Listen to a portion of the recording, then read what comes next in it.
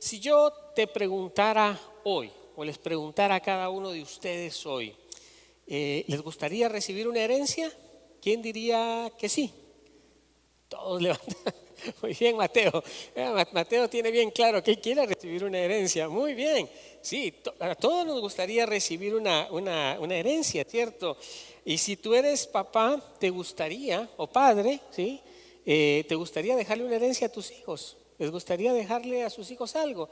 A mí me gustaría. Sin embargo, bueno, tenemos que pensar qué clase de herencia. Se nos puede ocurrir un montón de cosas que podríamos dejar. Por ejemplo, una casa, ¿cierto? Se puede dejar una casa de herencia, un automóvil, podemos dejar un automóvil de herencia, podemos dejar para aquellos, no es mi caso, pero para aquellos de ustedes que tienen esas buenas cuentas de cheques, y a lo mejor ustedes quieren dejar herencia financiera a sus hijos, o de repente tienen un negocio que dicen: yo me he esforzado mucho toda la vida por construir este negocio y ahora se lo voy a heredar a mis hijos para que ellos continúen. Normalmente entonces cuando estamos pensando en herencias pensamos en cosas materiales. Es lo primero que se nos viene a la mente, dejarle a nuestros hijos cosas materiales. Aunque algunas personas también piensan en cosas inmateriales, como por ejemplo una buena educación. Sí, hay padres que se preocupan mucho porque los hijos tengan una buena educación, porque al final, ¿de qué les sirve la buena educación? Nos regresa otra vez a la primera parte de las herencias, de lo que acabamos de hablar, a las cosas materiales, porque cuando tú dejas una buena herencia en educación, muchas veces las personas tienen en su mente que es para que los hijos puedan desarrollarse y les vaya bien en lo que hagan en la vida, ¿verdad? Financieramente, y puedan tener un buen futuro. Ahora, en todas estas herencias no hay nada de malo. Si tú puedes dejar una herencia financiera, qué bueno. Si tú puedes darle a tus hijos educación, excelente. Eso es buenísimo. Todas estas herencias son buenas. Sin embargo, la mejor herencia que pudiéramos dejarle a nuestros hijos muchas veces se nos escapa, o la tenemos por menos. No le damos la importancia que Dios quiere que le demos a esa herencia, y esto es la herencia espiritual. Pablo, usted sabe que la semana pasada estuvimos hablando de Pablo, y ¿quién era el otro personaje? Timoteo. Sí, Pablo y Timoteo vimos la semana pasada. Hoy seguimos hablando de Pablo y Timoteo.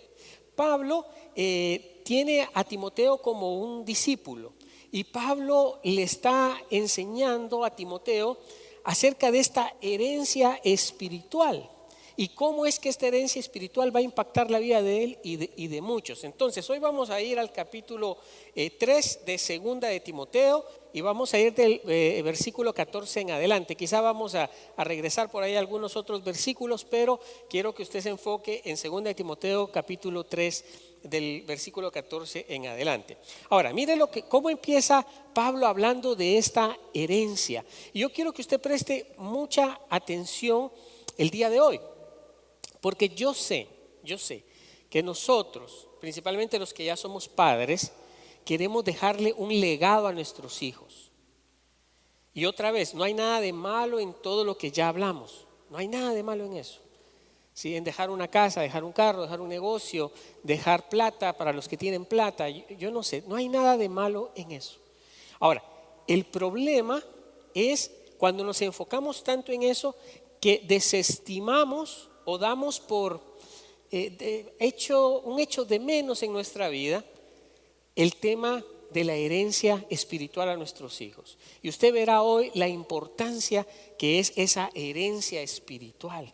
Y Dios nos ha llamado a nosotros para heredar a nuestros hijos en ese tema. Así que yo quiero que usted preste atención. Dice Pablo a Timoteo: tú por tu parte persiste en lo que has aprendido y en lo que te persuadiste, pues sabes de quién has aprendido. Pablo hablándole a Timoteo: tú desde la niñez has conocido las sagradas escrituras, las cuales te pueden hacer sabio para la salvación por la fe en Cristo Jesús. Fíjate, acá lo primero que notamos es que Pablo le está diciendo a Timoteo que él desde la niñez conoce las sagradas escrituras. ¿De qué está hablando eso?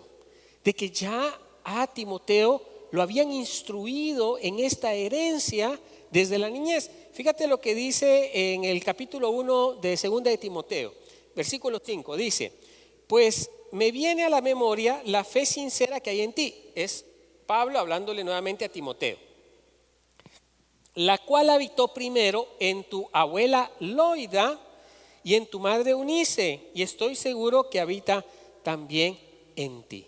Entonces Pablo le está recordando a Timoteo que él desde pequeño comenzó a recibir esa herencia, y que por eso hoy Pablo lo está enviando a él como pastor, lo está enviando a él para predicar, porque su abuela y su madre desde pequeño, desde que él era pequeño, lo estaban instruyendo en esa herencia. Así que el Espíritu Santo está usando a Pablo para animar a Timoteo a persistir en esa fe que de chiquitito, que de pequeñito él aprendió de su abuela y de su madre. Pablo ahora lo está animando para que él pueda ahora esa herencia que él recibió de parte de la mamá, de parte de la abuelita, esa herencia invaluable que es para salvación. Ahora le dice Pablo a Timoteo: ahora ve tú y esa herencia que tú tienes, compártela con otros.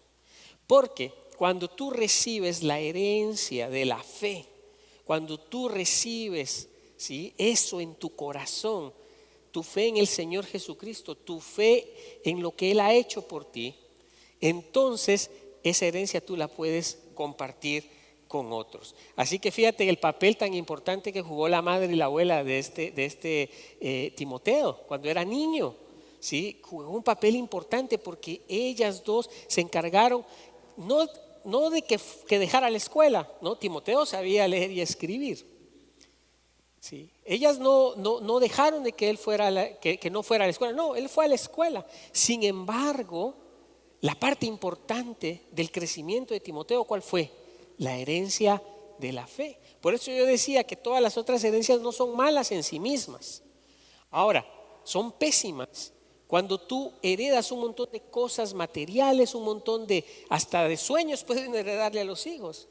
Pero si los hijos están alejados de la fe en Dios, las demás herencias quedan desestimadas finalmente. ¿Sí? Porque ellos mismos las van a desestimar en sus vidas y eso les va a acarrear muchos problemas a ellos. Así que, ¿por qué podríamos hoy decir que la fe es la herencia más importante? Y ahora les voy a dar la respuesta a eso. Ahora yo quiero que tú pongas atención porque hay una razón por qué esta herencia de la fe es importante. No es una cuestión nada más de decirlo, sino que hay una razón. El versículo 16 nos da la razón por qué es importante que tú heredes a tus hijos la fe en el Señor Jesucristo. Eso es importantísimo.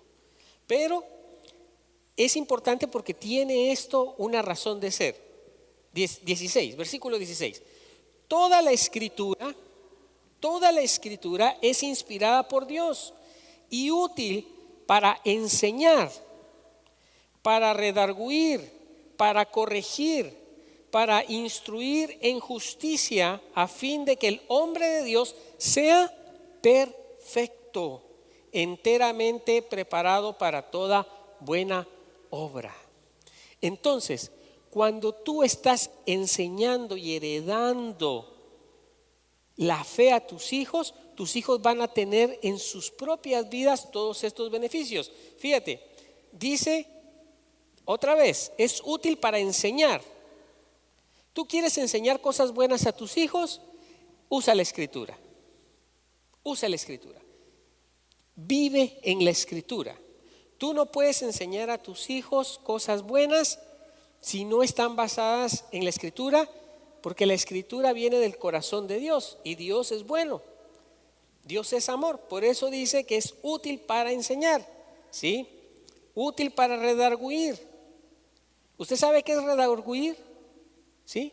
Mire, redarguir es cuando usted ha instruido bien a su hijo y él entonces viene alguien a tratarle de meter cosas en la cabeza, ¿verdad? Acerca de la iglesia, acerca de la fe, pero como su hijo está bien instruido, él puede redarguir, él puede contraatacar.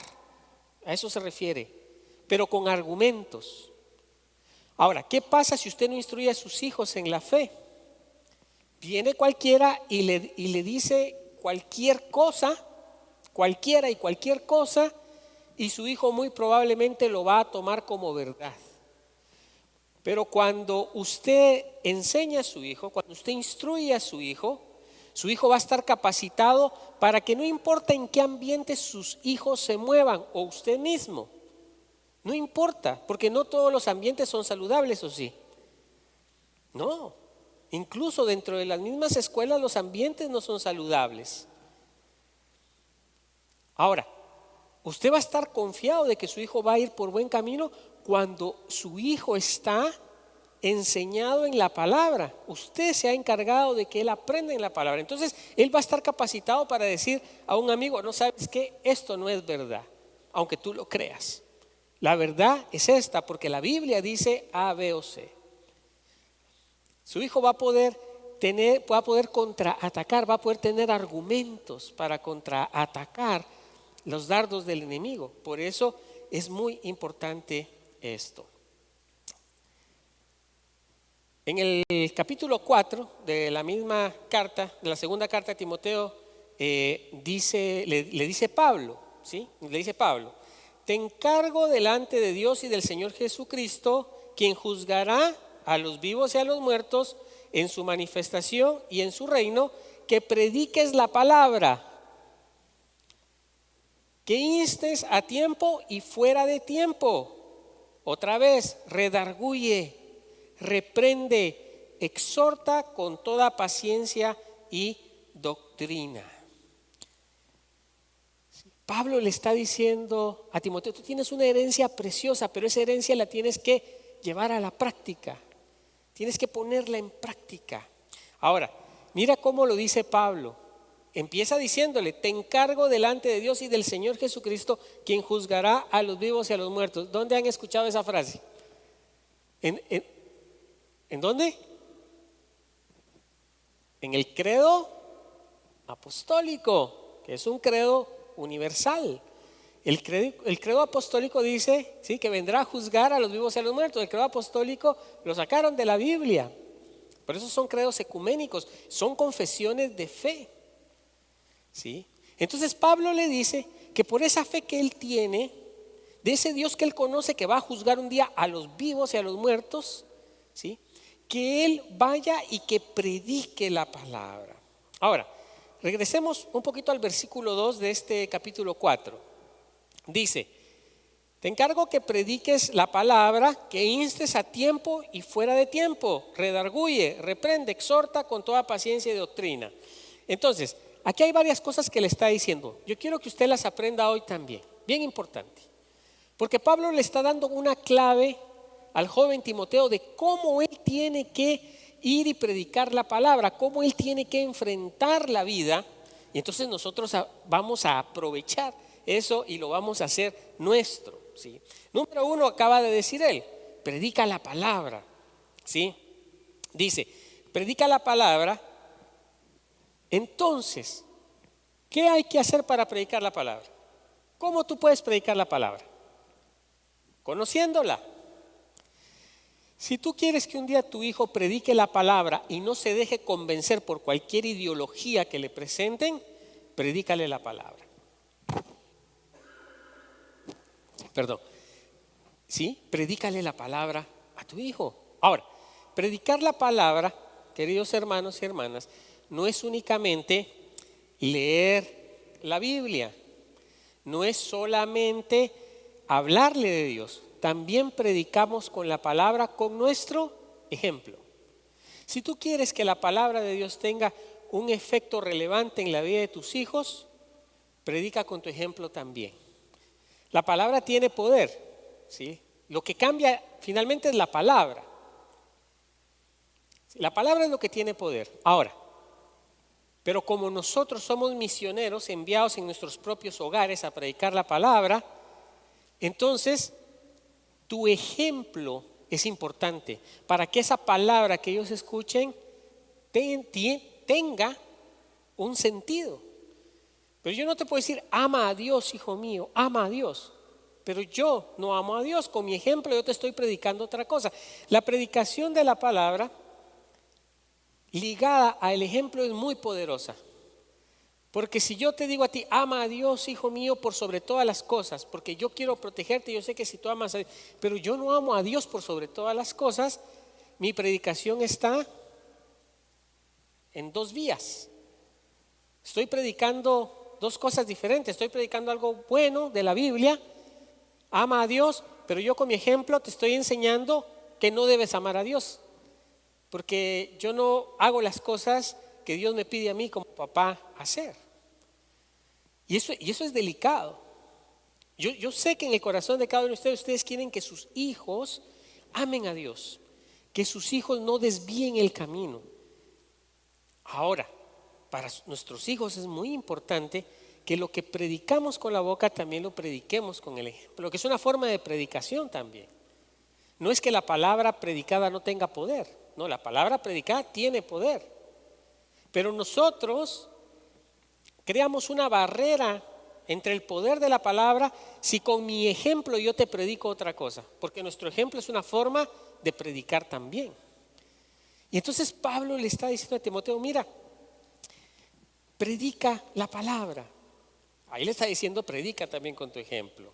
Ahora, también le acaba de decir, a tiempo y fuera de tiempo. Predica a tiempo y fuera de tiempo. Eso es importante, hermanos.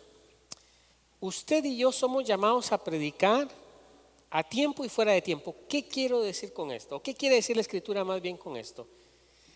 No hay un tiempo que tú digas, hoy sí me siento bien para predicar. Hoy sí me siento bien para dar testimonio de mi fe. Hoy sí yo soy esto o lo otro. No. Es en todo tiempo. No importa tu testimonio, lo que tú predicas, lo que tú hablas, tiene que ser en todo tiempo. ¿Por qué? Porque si tú comienzas a decidir cuándo es tiempo de predicar, quizás nunca lo vayas a hacer en tu vida. Por eso Pablo le dice, no importa, tienes que predicar en este tiempo o en aquel tiempo a un amigo, a otro amigo. Esto nos trae a lo que hemos hablado muchas veces. Pastor, yo le he predicado a tal persona o a tal familia o a tal amigo y siempre me rechazan y ya estoy yo cansado de hacer eso. La Biblia dice, sigue a tiempo y fuera de tiempo aunque te rechacen. No tiene que ser siempre la misma fórmula, no tiene que ser siempre la misma cosa que digas. Hay otras formas de predicar el evangelio, ¿sí? El ejemplo es una de ellas. A veces nuestro ejemplo mata nuestras palabras. Sí, entonces, eso tenemos que considerarlo. Por eso, a tiempo y afuera de tiempo. Ahora, dice también Pablo otra vez, redarguye, aprende a contraargumentar. La persona que no sabe contraargumentar, llévalas de perder. Si tú no tienes la palabra de Dios como un arma, como una espada, para pelear la batalla, tú no vas a saber contraargumentar, porque alguien te dice, no, es que debemos de hacer esto en la vida, y tú dices, yo creo que sí, y a lo mejor esto que te están pidiendo que tú hagas en tu vida está equivocado, ¿sí? No nos vamos a detener en buscar ejemplos ahorita, pues no es el tema, buscar ejemplos, pero lo que sí es el tema hoy es de que tú tienes que estar siempre instruido en la palabra, buscando el pan de Dios en la palabra, el pan que nutre tu espíritu para que tú puedas contraargumentar lo que esté equivocado. Porque hoy en las redes sociales, en la televisión, los amigos, todo el mundo dice lo que supuestamente debe de ser. Pero hasta que tú no conoces la palabra de Dios, no puedes contraargumentar. ¿Cómo tú contraargumentas algo que tú no conoces? No es posible. Y Pablo le está diciendo a Timoteo, hazlo. 4, reprende, le dice. Ahora, tenemos que aprender a reprender. Reprender no es que tú vienes y das un regaño de aquellos y que más bien alejas a la otra persona. Hay personas que en lugar de atraer gente a los pies del Señor, a la iglesia de Cristo, la espanta.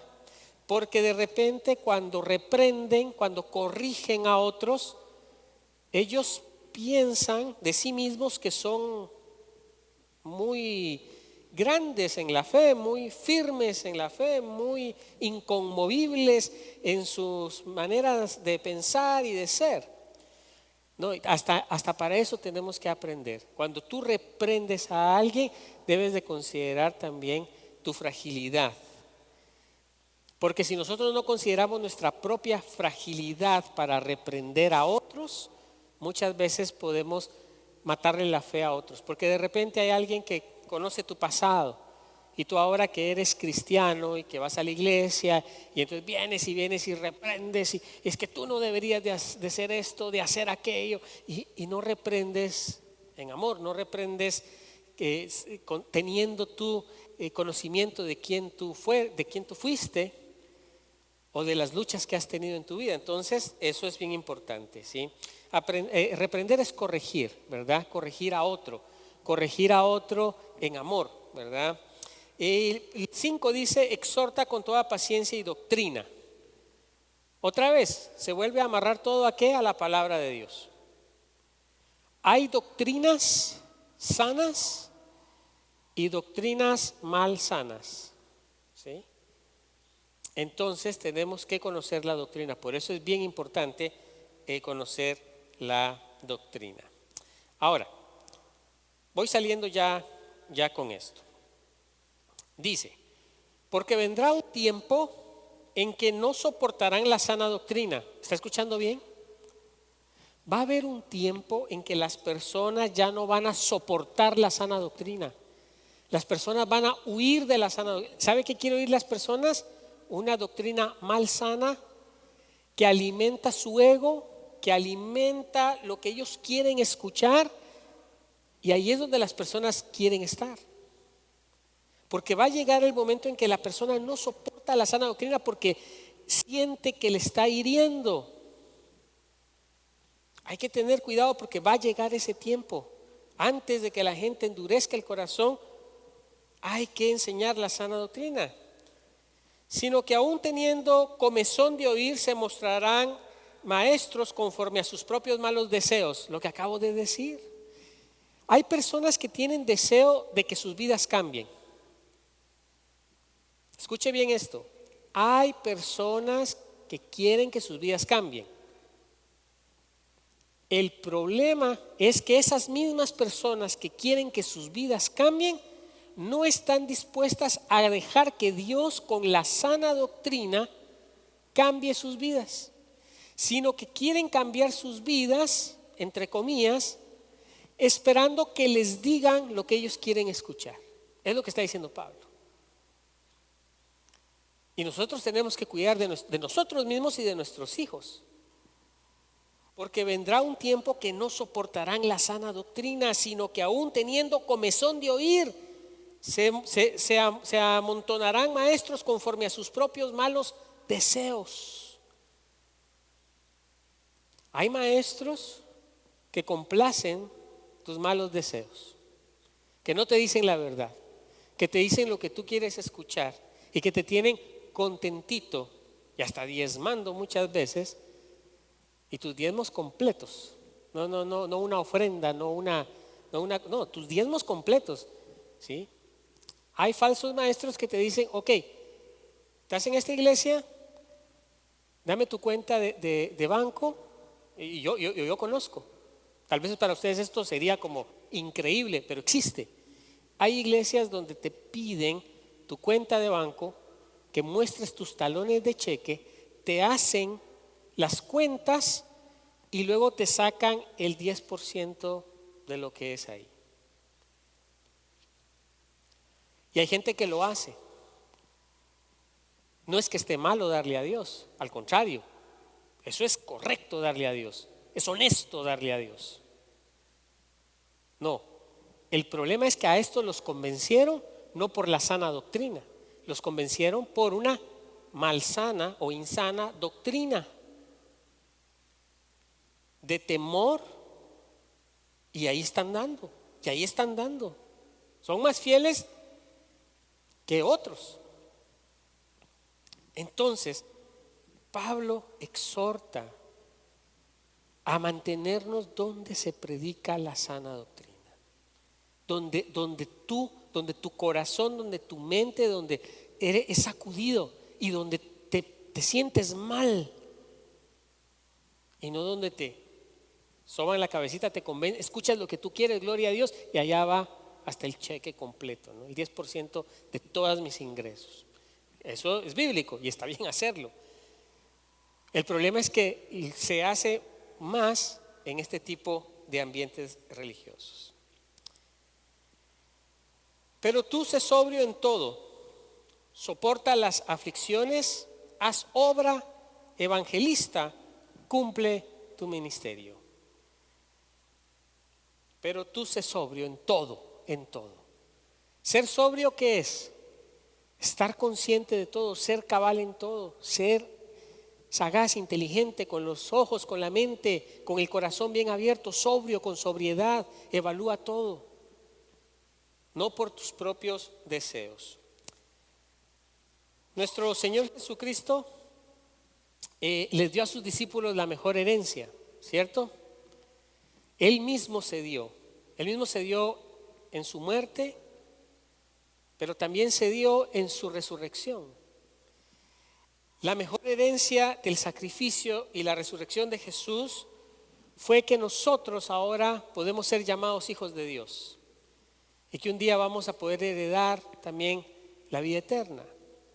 Y esa es una herencia que nosotros debemos valorar y es una herencia por la que nosotros debemos pelear por nuestros hijos.